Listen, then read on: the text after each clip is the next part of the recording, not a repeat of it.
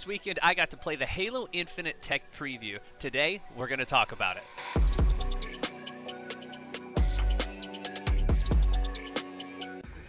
Hey Master Chief, what are your thoughts on the Halo Infinite tech preview?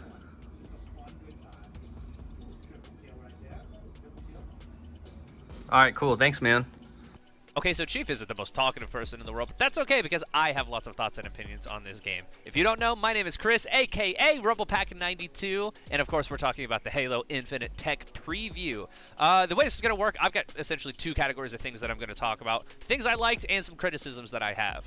Most of my criticisms are pretty small, kind of nitpicky stuff, which should really speak to the quality of the build that we played, which in itself is astounding.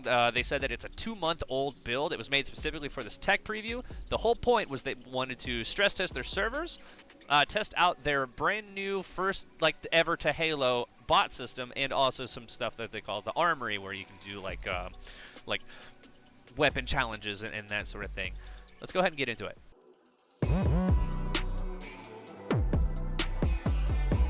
Alright, buckle up, because there are a lot of things that I liked about this game that I really want to talk about. I'll do my best to dissolve them into a couple main points, and even if I don't get to them all today, maybe I'll make some future videos doing more of a down and dirty breakdown. The first thing that I really want to talk about is just the general game feel.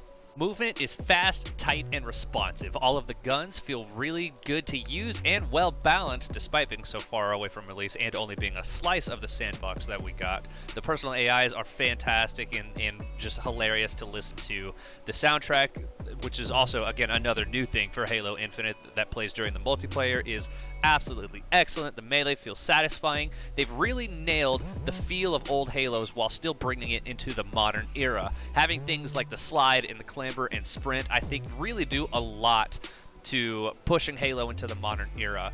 There is ADS as well, but not in the way that Halo 5 implemented it. In fact, let's talk about that. Most first-person shooters, including Halo 5, ADS would involve an animation that pulls the gun close to your face, where you essentially line it up with the character's eye so you can zoom in a little bit. Halo Infinite does have ADS, but not in a way that changes the accuracy or the balance of a gun like it did in Halo 5. I think they found a really great way to sort of make the best of both worlds. Now, the way they've struck this balance depends on whether you're using a gun with the scope or a gun without. Guns without scopes give you a traditional ADS to where it just zooms in, but without the animation of pulling the gun to you. All it does is slightly increase the distance that you can see and your red reticle distance. There's no change to your accuracy, your rate of fire, or your bullet spread. Now, guns with scopes, like the battle rifle or the sniper, give you the more traditional Halo zoom to where the zoom fills your entire screen, and most importantly, in my opinion, because this is something that's been missing from previous games, when shot while zooming, you can be descoped. I'm happy to see that feature back. I feel like it's an important part of the Halo gameplay sandbox, and I'm happy to see it here again. Just feels right. Another new addition I really liked were the personal AIs. They're new voices that are different than the traditional Halo announcer, the legendary Jeff Steitzer, who provide useful information like letting you know when power weapons are about to arrive, and also deliver some of the funniest color commentary I've heard in a video game. Lines like these ones. Halfway to victory. Kill. Grand slam. Good job, Spa! Nope, I'm gonna be sick. Off the rack. Condolence postcard dispatched to enemy family. How can you not love that? The next thing I want to talk about in the game is the movement. The base walking speed in the game is very high, and when strafing, you stop and turn on a dime and immediately start moving the other direction. It allows the game to feel fast, fluid, and responsive without stacking too many mechanics on top of each other like the thruster pack from Halo 5. Sprinting, sliding, and clambering have all made their return in Halo Infinite, and all feel really great to use, especially the slide. However, the sprint in particular has some very interesting new changes made to it. Due to the way that the motion tracker now works, you no longer appear on radar when just using the regular walking speed, which means that you will while sprinting. So you do get that marginal boost of speed if you're using it, but you will appear on the enemy's radar while doing it. It's a mechanic that I really like. It forces you to think tactfully, and Halo has always sort of had that sort of risk versus reward ideal in it, and I think it just fits very, very well while also keeping the game fast and fun to play. Overall, I'm a huge fan of this change. And that's not even mentioning being able to jump out of a sprint to maintain your momentum. That's a new mechanic that I really like. It feels great to use, But we're going to save that for next time. I'm going to make another video breaking down why that's so cool and how that changes the game of Halo, so stick around for that. Be sure to subscribe or whatever. The last thing I want to mention before we move on to the criticisms is another brand new mechanic to Halo Infinite, which is the soundtrack. There's music that plays in the multiplayer section of the game in both the menus. At the halfway point of a game, you get a quick little, just kind of musical note letting you know, hey, you're at the halfway point, and then one that plays either during the last 10 kills, if it's a kill-based game, or just in the last couple of minutes of objective bass. It's got a real post-rock vibe to it, lots of guitars and drums and that sort of thing, very ethereal and light. I'm just going to play a little clip of this. Just listen to this. It's awesome.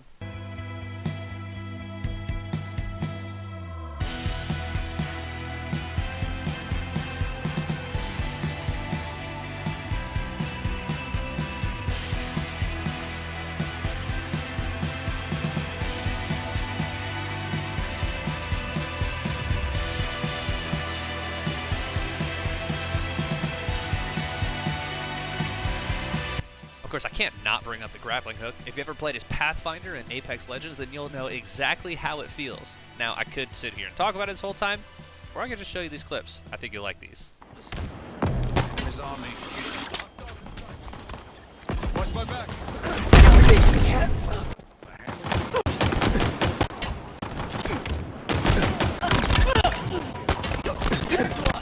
Double kill.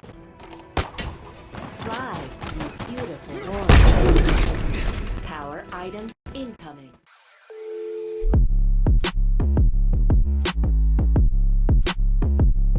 The game is not without its faults, however, they are pretty slight and I do think can be changed, so I have a short list of some small things that I think could use some tuning. The first is match XP, or rather the lack thereof. The only way to progress your battle pass, at least in the preview, was by completing challenges. However, you only get so many of those a day, and then once you're out, you're done. There's no match XP at all from playing or just performance-based, and I think adding that would go a long way towards helping the progression in the game. Another thing is not having gamer tags present over your teammates. It's alright if you're playing by yourself, but with new things like the ability to drop weapons, it would be really nice to be able to tell where my friends are at a glance without having to kind of coordinate that out.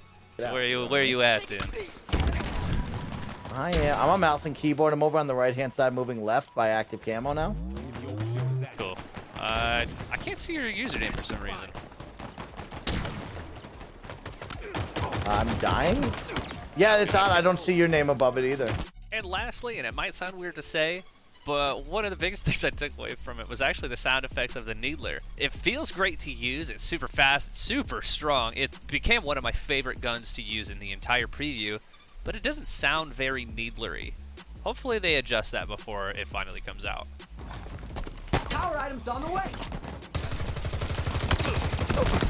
Overall, though, I had a great time with it. I only had some really tiny nitpicks. I think it's fabulous. It feels great to play. It's just a ton of fun. I really think Halo is back, boys, and I couldn't be more excited. Big shout out to 343 for including me in the tech preview last weekend. Hopefully I get into more of these flights. If you aren't signed up, go ahead and make sure you do that on the Halo Insider website so you can also play in these.